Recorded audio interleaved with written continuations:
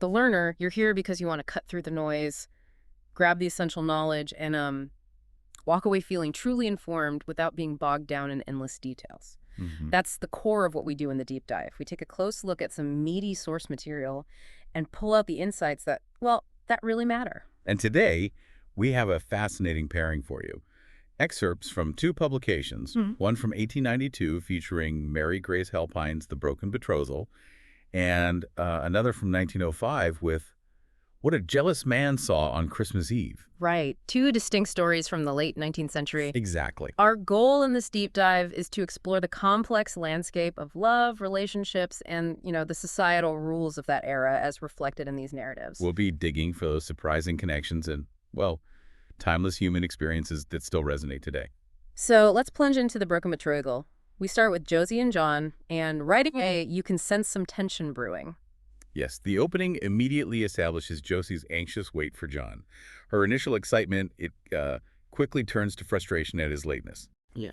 The description we get of her, around 20, around, full form, with fuller lips and heavy brows, it paints a clear picture.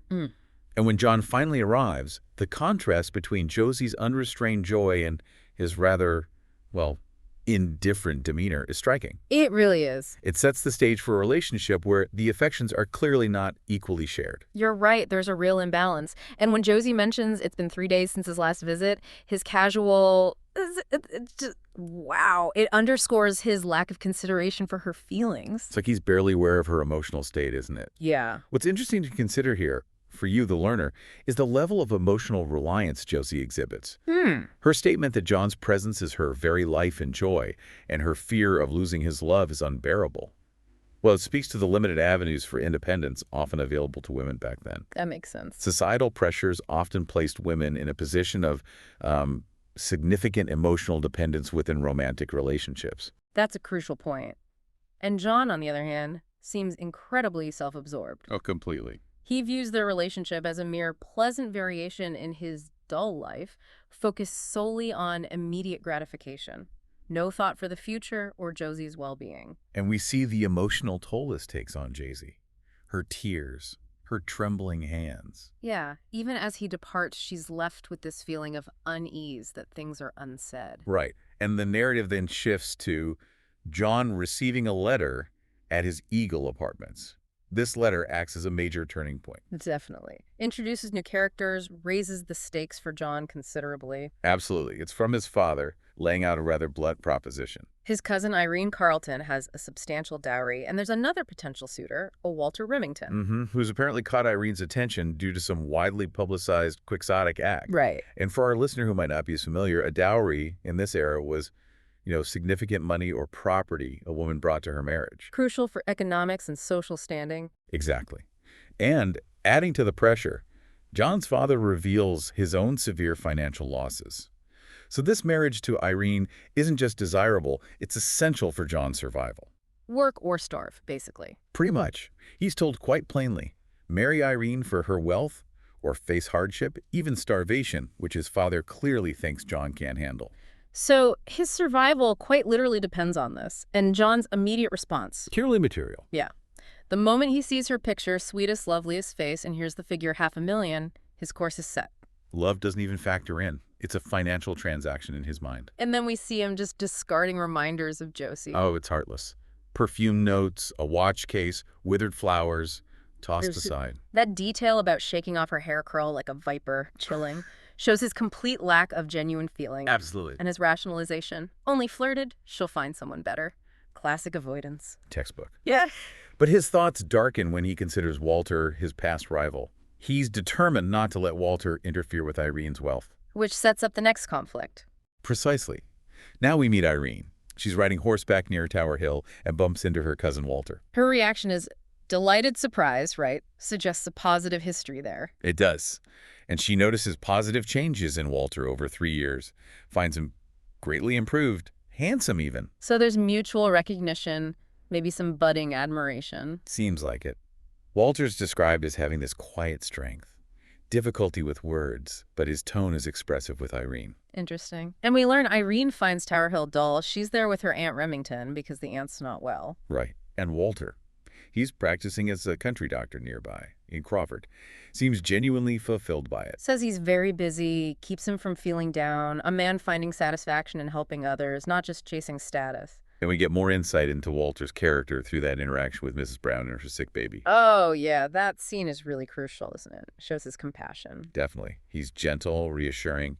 His advice is about basic care, fresh air, nutrition, not just costly medicine. And the lighthearted prediction about the baby becoming president adds a nice human touch. And then Mrs. Brown, clearly poor, offers yarn as payment. And Walter refuses payment until next winter, shows real empathy. It does. His comment about a cheering word or a smile for the poor and wishing he was rich enough to help them, that really hits Irene. Makes her reflect on her own privilege. And it sparks her desire to help. Walter offers to take her to meet the poor, realistically warning her about the conditions. But she's enthusiastic, showing real commitment. However, not everyone's happy about this connection. Mrs. Remington's reaction is very revealing. Right, the snobbery comes out, critical of Walter's poverty, his background living in a miserable tenement house, his mother taking in sewing. You have to remember the rigid social hierarchies back then. Marrying down could have serious consequences. But Irene defends him passionately. She does. Shows her sense of justice and her growing feelings for Walter. She questions her family's neglect of his family. And Walter. He handles Mrs. Remington's attitude with confidence, not intimidated. No, he isn't. And significantly, Irene starts avoiding any mention of John. A clear sign her feelings are shifting. Meanwhile, Walter's thinking about Irene a lot. Tender and loving emotions. Yeah. And then, boom, the fire at Tower Hill. That scene is intense. The cries for help. Mrs. Remington frantic about Irene.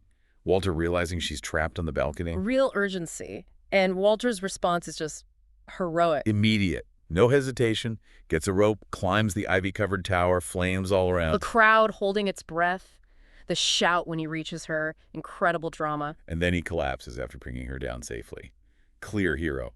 So after the fire, Walter's laid up with a dislocated ankle. And Irene sends daily inquiries, flowers, notes that become increasingly warm. Her feelings are becoming obvious. Mr. Remington's visit to Walter is interesting. He says he's grateful, but Walter senses insincerity. Yeah, the exaggerated emotion, no actual tears, tells you a lot about him. And Walter's keen to get back to his patients, even pretends his injury is worse to avoid staying longer, shows his priorities. Right, like wanting to check on Mrs. Stone. His concern is genuine. That moment with Irene's crushed flowers may be symbolizing his fading hope, feeling she's socially out of reach now. Could be. Contrast that with Mr. Remington, returning home quite pleased. But Irene insists on visiting Walter. Despite her aunt's objections and what society would say, visiting a man alone, especially after a broken engagement, quite unconventional. Really shows the strength of her feelings.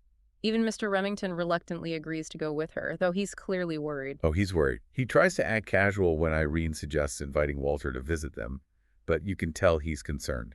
And Irene's becoming more aware of her more than cousinly regard for Walter, questioning her past feelings for John. Mr. Remington's internally panicking. He sees Walter's heroism and presence as a huge threat to his plans for John. His outburst to his wife about the billing and cooing and needing to deal with John, very manipulative. Yeah, he even finds out John's been flirting around in Connecticut while he was away. Meanwhile, Walter's struggling to see Irene just as a cousin, still has that faint glimmer of hope. And they have these pleasant visits at the clergyman's house, a growing comfort and unspoken understanding. Irene seems relieved. John's still away. Probably makes it easier for her to face her feelings for Walter. She even pretends to be ill to get a private moment with Walter. Smart move. And in that moment, Walter declares his love. She blushes, admits she loves him, not John. But she wants to talk to John first before going public. Shows propriety. But John does return. And that dinner scene, the awkwardness. Right. Irene's composed. Mrs. Remington's welcome is fake. The handshake between John and Walter is so strained. John's sulking. Watching them furtively, you can feel the jealousy radiating off him. Even his father notices the connection between Walter and Irene. Stark contrast to John's turmoil. John tries to be pleasant, but it's forced. His questions about the fire tinged with jealousy that he wasn't the hero. Totally fall flat.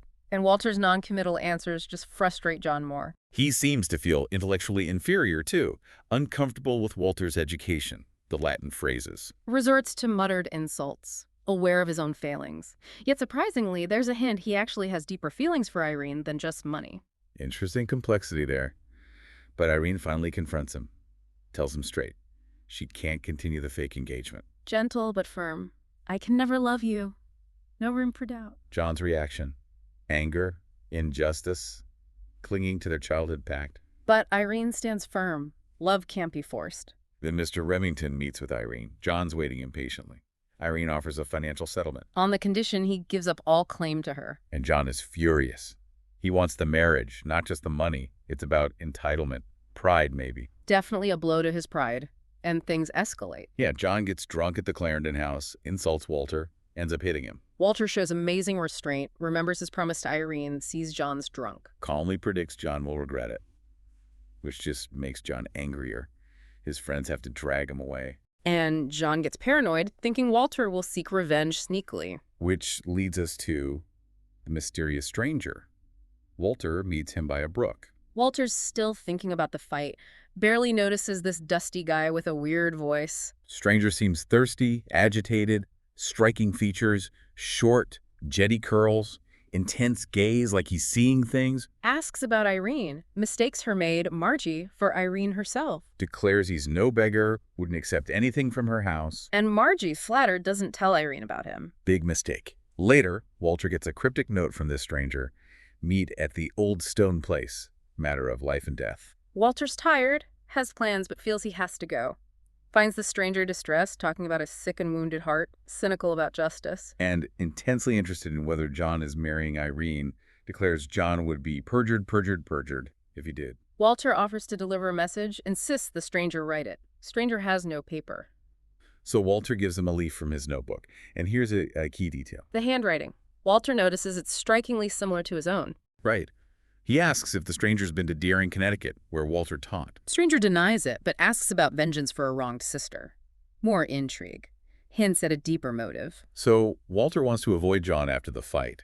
Asks his friend Harry Gray to deliver the note. Walter watches John read it twice. Then John immediately asks Harry where Walter is. Harry and his brother start speculating.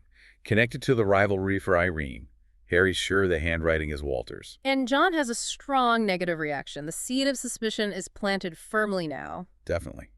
Then, after a party, Walter feels inexplicably depressed, realizes his keys are missing, thinks they might be at the Old Stone Place. As he approaches, he hears a pistol shot nearby. His horse freaks out, refuses to go closer.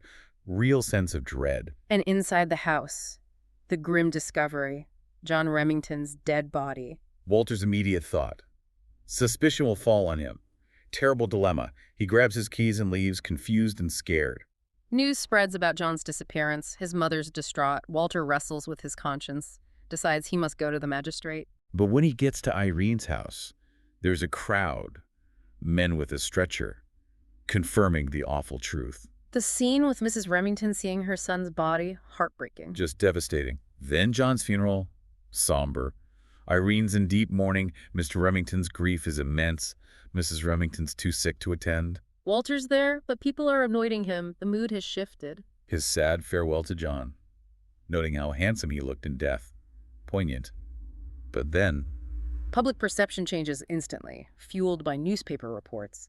Walter's arrested for murder based on circumstantial evidence. His reaction is surprisingly calm, composed. He's imprisoned, thinks of Irene's love and faith, gets a tear-stained note from her. Reaffirming her belief in his innocence, though she admits a fleeting fear he might have acted in anger or self-defense. And we learn Irene also got an anonymous letter warning her about John, with handwriting similar to Walter's. Adds another layer to the circumstantial evidence against him. When Irene gets home, her uncle confronts her, furious, accuses Walter of murdering John to win her. But Irene stands firm, defends Walter, declares him innocent, her betrothed husband. Mr. Remington's just consumed by grief, wants revenge. Irene feels compassion despite his accusations. She claims she knows who the real killer is, has a description, but her uncle dismisses it as a lie. Mrs. Remington reveals a disturbing dream about the murder. Irene seeks help from Mr. Goodspeed, the clergyman. He's shocked, remembers thinking highly of Walter. Talks to Mr. Remington, comes to believe Walter is probably a victim of circumstances, but acknowledges the evidence is strong, warns Irene about supporting him. Despite everything, Irene and Walter get married. In jail. A powerful symbol of their commitment. Irene remains hopeful. Irene works tirelessly for Walter's defense. Gets the best lawyer, Mr. Cameron. Cameron believes Walter's innocent, but puzzled. Knows finding the stranger is critical. The trial is tense. Irene's there supporting him. But the evidence, the hotel fight, the letter, the handwriting, it looks bad. Yeah, very damaging. Though there's also lots of evidence about Walter's good character. Walter testifies powerfully, maintains innocence, points to the stranger. But the verdict. Guilty. With the recommendation for mercy. Irene's despairing. But then, the dramatic interruption. A woman steps forward from the crowd. And confesses. She shot John Remington. Walter recognizes her immediately, the mysterious stranger. Relief washes over him. She reveals she's Josie Harmon. Says she couldn't let Walter suffer for her crime, especially after his kindness. Her own life meant little. And then tragically shoots herself right there in the courtroom. Shocking end. So Walter's acquitted, completely vindicated. Public opinion flips. But for Walter, it's Irene's unwavering faith that matters most. Josie survives, is acquitted due to insanity. Irene, showing compassion, arranges for her care. And the story ends with Walter and Irene, happy, with children, their past struggles deepening their gratitude, a testament to love and faith. It really is. Okay, now let's shift gears to our second story. What a jealous man saw on Christmas Eve. Right. This one opens with Isabel's shocked reaction to news that young Howard shot himself. Her concealed reaction hints at something. A hidden connection, maybe a secret. Then we meet Isabel and Mr. Dudley. Their private moments are rare, but Isabel anticipates them. And Dudley makes this strange revelation about a past love, shows her a locket, says she was the only one he loved, now an angel. Isabel's initial jealousy turns to relief, which is an odd dynamic, isn't it? Very peculiar. But then Isabel pleads for Dudley's return, repents for something. He refuses, says his work here is done. He reveals he knows what Isabel said to her victim, learned from a letter implying she caused someone's death. Says his goal was revenge to make her suffer. A really harsh farewell. Very different vibe from the first story. Completely different motivations. Okay, then we jump to a lighter scene. A lively party at Mrs. Fay's mansion. Mostly men there because of nearby colleges. An intellectual crowd. Mrs. Fay, a professor's widow. Her place is popular. Right. And our focus shifts to Walter Blythe. Young lawyer, tall, stately, but looks serious amidst the fun. He's seen talking to a prisoner in some game, offering to stop something being read. This Walter seems different from Dr. Walter Remington. Definitely a different temperament. A poem gets read, lighthearted, mentions various people. Kate Fay, Laura Albertson, Ellie Victor. But a verse mentions other. Beau Martin, Bertie, who is Herbert Gwynn, and Walter's cousin Morris. And Walter Blythe isn't smiling. No. His sarcastic comment about feeling flattered shows he's annoyed, maybe jealous. His irritation grows, makes a snippy comment about Kate Fay listening to Herbert Gwynn's flippant nonsense. Kate defends Bertie mildly, madcap, good heart. But the text tells us Walter's ill humor is because he's in love with Mary Fay and jealous. They've been engaged 6 or 7 months, seen as a good match, but hints of Walter's stubbornness, Mary's thoughtlessness. Still, Mary believes she loves him. Then Herbert Gwynn arrives. Early playfellow, former admirer of Mary, just back from abroad. This ramps up Walter's jealousy. Walter sees Gwynn's visits as intrusions, calls him a traveled monkey. He gets impatient with Mary being friendly to Gwynn, wishes she'd show some indifference. Then he overhears Gwynn and Mary mentioning Mr. Blythe in low tones. They look startled when he walks in. Suspicious. From Mary's side, she's confused, sometimes annoyed by Walter's coldness to Gwynn, thinks Walter should just be civil because she likes him. There's a moment she speaks angrily to Walter for the first time after he sneers at Bertie. Even has an unkind thought, wondering if he'll make her despise him. Then Walter asks coldly about a message for his sister Cornelia, says he's going to the city. Seems abrupt. Mary's troubled. He doesn't linger like usual. She internally justifies staying friends with Gwynn despite Walter's disapproval. Then Mary quickly sends that poem, The Luckless Doggerel, to Cornelia via Gwynn. Resents Walter misinterpreting her. And then Walter overhears that hushed, urgent conversation at the door between Gwynn and presumably Mary.